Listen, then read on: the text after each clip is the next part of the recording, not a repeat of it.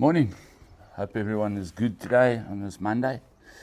And I'm just going to take 2 minutes just to gripe quickly about something that I noticed when especially I post these videos onto my YouTube channel.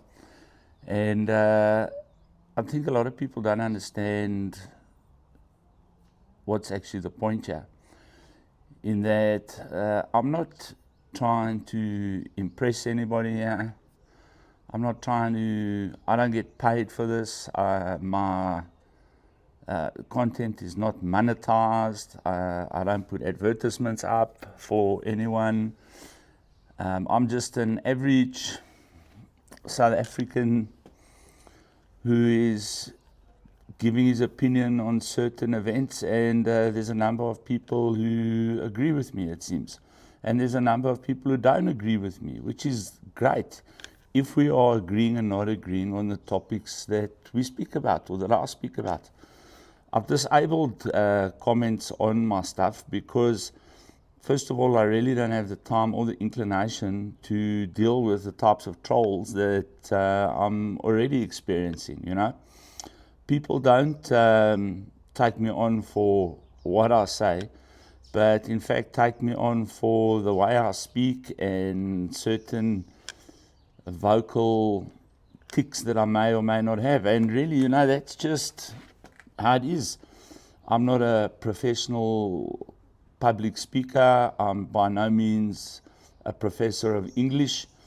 Like I said, I'm just a guy trying to get his point across to other South Africans, because it just seems to me that particularly these troll type individuals, the minute you tell them to send you some of their content and the things they speak about, they go dead silent. You know, yesterday I commented again on this Israel-Gaza thing, and this is what I'm actually going to speak about today, you know, is that there's one Indian fella, he, with a Muslim name this long, okay, from Natal, he decides that it's a good idea to post on there that white South Africans don't belong here and they must go back to Europe. And then, of course, when I point out to him that he is himself an import from another culture and another country, he then starts ranting about apartheid. Now, the whole post was about the current state of affairs in Gaza.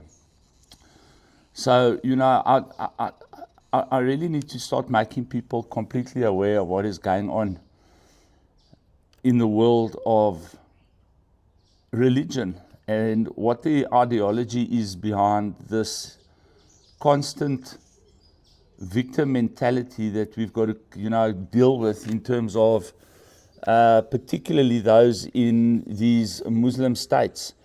You know, the entire region is Muslim, all right? In 2005, Gaza was given independence by Israel, and Hamas took control through apparently a vote, right? And since that time to now, they built almost 400 kilometers of tunnels. Gaza is on the Mediterranean Sea, so they could have developed hotels, they could have developed resorts, they could have developed restaurants, they could have developed a million different things, but they chose to use the money that they were getting to develop tunnel systems, buy arms, and radicalize the population of Gaza against Israel. So if you take it that Gaza is an independent state, and let's say for argument's sake, Israel put up a 400-meter or high wall around Gaza and didn't allow anyone from Gaza into Israel, you could make the claim that it was a concentration camp. But the reality is that thousands, if not hundreds of thousands of people every day used to go from Gaza to work in Israel. So if you went to Gaza prior to October the 7th, you would find not one Christian living there and not one Jew living there. But in Israel, you've got Jews, Muslims, and Christians all living together quite comfortably, no problem. you know.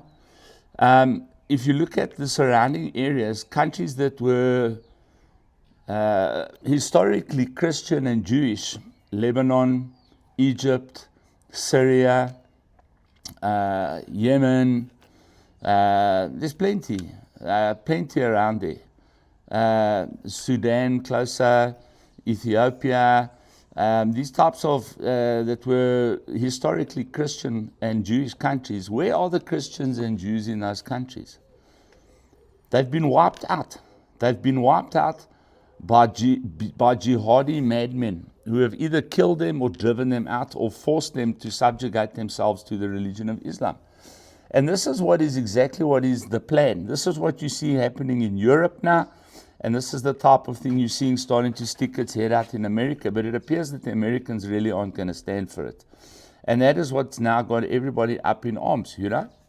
So when I pointed this out to this individual, the old fallback, this is the number one fallback in the world if you happen to be not white.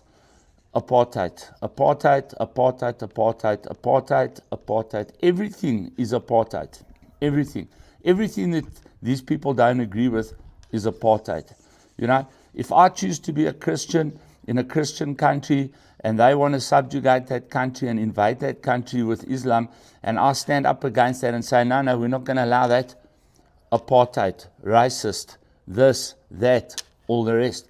But we don't speak to the people in Nigeria that are being beheaded by Boko Haram. We don't speak to the Christians in Syria that are being beheaded by ISIS and Al-Qaeda. We don't speak to the millions in Myanmar that are being subjugated and murdered by Islamic forces.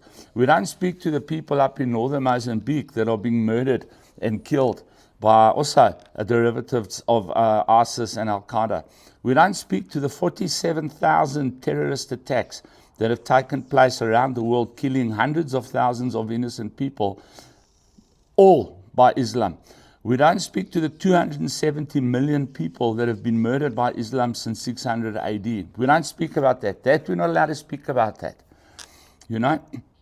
And the minute you say anything like I'm saying now, you must know the backlash I'm going to get for stating and speaking facts. Facts. These are facts. These are undisputable facts. Then I'm a racist and I'm a Islamophobe and I'm all these types of things. But the reality is that, let me also just bring a point across that I said to this individual.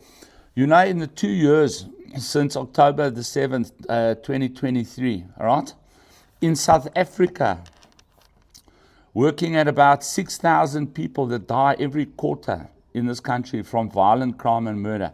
In South Africa, we are 48,000 people dead in the same 2 years as have died in Gaza, which is now just touching 50,000 people. So the same amount of people in South Africa have died as they have in Gaza in the same period. Now, I want to know why all these pro-Palestinian people who are no longer living under apartheid in South Africa are not speaking to that. You see, because it doesn't feed into the narrative.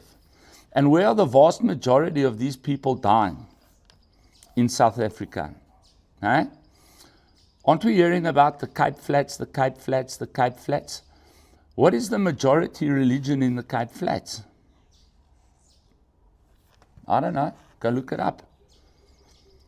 And why are these people not tackling that problem? They want to focus us there. Why? If it had been Israel or America that had killed 48,000 people in South Africa in the last 2 years, what do you think would be the outcome right now and the verbal noise that we'd be hearing?